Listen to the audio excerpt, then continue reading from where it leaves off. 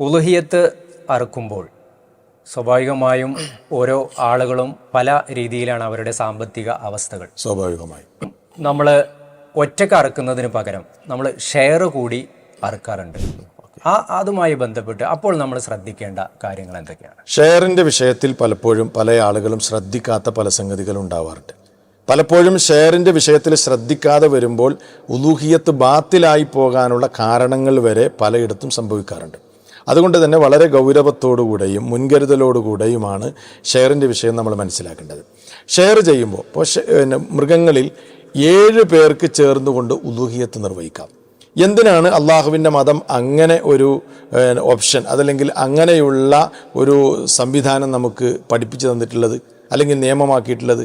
ഈ പ്രധാനപ്പെട്ട ബലികർമ്മം, വളരെ പുണ്യമുള്ള ഈ ആരാധനാ കർമ്മം, അത് സാമ്പത്തിക ശേഷി ഇല്ലാത്തവനാണെങ്കിൽ, കുറച്ചൊക്കെ സാമ്പത്തിക ശേഷിയുള്ളൂ, പൂർണ്ണമായ നിലയ്ക്കൊരു മൃഗത്തെ അറുക്കാൻ കഴിയില്ല എങ്കിൽ അങ്ങനത്തെ ആൾക്കും ഈ വലിയ പുണ്യകർമ്മത്തിൽ പങ്കാളിയാവാൻ വേണ്ടിയുള്ള അവസരം അള്ളാഹുവിൻ്റെ ദീൻ അയാൾക്ക് കൊടുക്കുകയാണ്.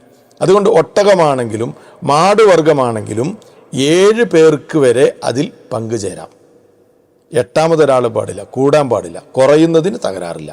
എന്നാൽ ആടാണെങ്കിൽ അതിൽ ഷെയറില്ല, ഒരാൾക്കാണ് ആടറുക്കാൻ പറ്റുള്ള, ഒരു കുടുംബത്തിനാണ് ആടറുക്കുന്നത്. എന്നാൽ ഈ വിഷയത്തിൽ നമ്മൾ മനസ്സിലാക്കേണ്ട ഒരു കാര്യം, പല മഹല്ലുകളിലും ഉലുഹിയത്ത് നിർവഹിക്കുമ്പോൾ ചില തകരാറുകളൊക്കെ ഉണ്ടാകാറുണ്ട്. അതായത് ഒന്നിച്ച് ഷെയർ വാങ്ങും, അതായത് ഒരു നിശ്ചിത സംഖ്യ ഷെയർ നിശ്ചയിക്കും. ഇപ്പോൾ ഫോർ എക്സാമ്പിൾ ഉദാഹരണം പറയുകയാണെങ്കിൽ, ഒരു മഹല്ലിൽ ഒരു ഉലുഹിയത്തിൻ്റെ ഷെയർ 10,000 രൂപയാണ് എന്ന് വിചാരിക്കുക. അങ്ങനെ ആളുകളൊക്കെ ഉലുഹിയത്ത് നിർവഹിക്കാൻ വേണ്ടി ഈ ഷെയറിൽ ചേരാൻ വേണ്ടി 10,000 രൂപ മഹല്ലിൽ കൊണ്ടുപോയി കൊടുക്കും.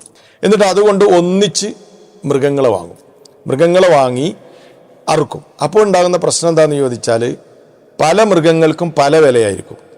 ഇപ്പോൾ ചില മൃഗങ്ങൾക്ക് ഉദാഹരണം പറയുകയാണെങ്കിൽ 80,000 രൂപക്ക് വാങ്ങുന്ന മൃഗം ഉണ്ടാവും, അതല്ലെങ്കിൽ 90,000 രൂപക്ക് വാങ്ങുന്ന മൃഗം ഉണ്ടാവും, 1,00,000 വാങ്ങുന്ന മൃഗവും അതിൻ്റെ കൂട്ടത്തിലുണ്ടാവും.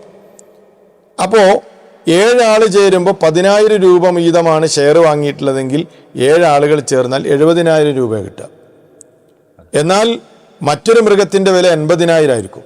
അപ്പോൾ ആ ഷെയർ എന്താവില്ല, ശരിയാവില്ല. അപ്പോൾ ഇതിൽ നമ്മൾ ശ്രദ്ധിക്കേണ്ട കാര്യം എന്താണെന്ന് ചോദിച്ചാൽ, ഓരോരുത്തരുടെയും മൃഗങ്ങളെ നിജപ്പെടുത്തണം. 7 ആളായിരുന്നു ഷെയർ വാങ്ങുകയാണെങ്കിൽ ഇതാ നിങ്ങളുടെ മൃഗതാണ്, അതിൻ്റെ വില ഇതാണ്, 70,000 രൂപയാണത്, നിങ്ങളുടെ ഷെയർ 10,000 രൂപ വെച്ചാണ്. അതല്ലെങ്കിൽ 80,000 രൂപയാണെങ്കിൽ അവരിൽ നിന്ന് ആ രൂപത്തിൽ അതിനുള്ള ക്യാഷ് വാങ്ങി നിജപ്പെടുത്താം. അതല്ലാതെ ഒന്നിച്ച് മൃഗങ്ങളെ വാങ്ങി ഒന്നിച്ചെറുക്കുന്ന രീതി ഈ വിഷയത്തിൽ ശരിയല്ല. അത് നമ്മുടെ ഉലുഹിയത്തിനെ ബാധിക്കുന്ന വിഷയമാണ്.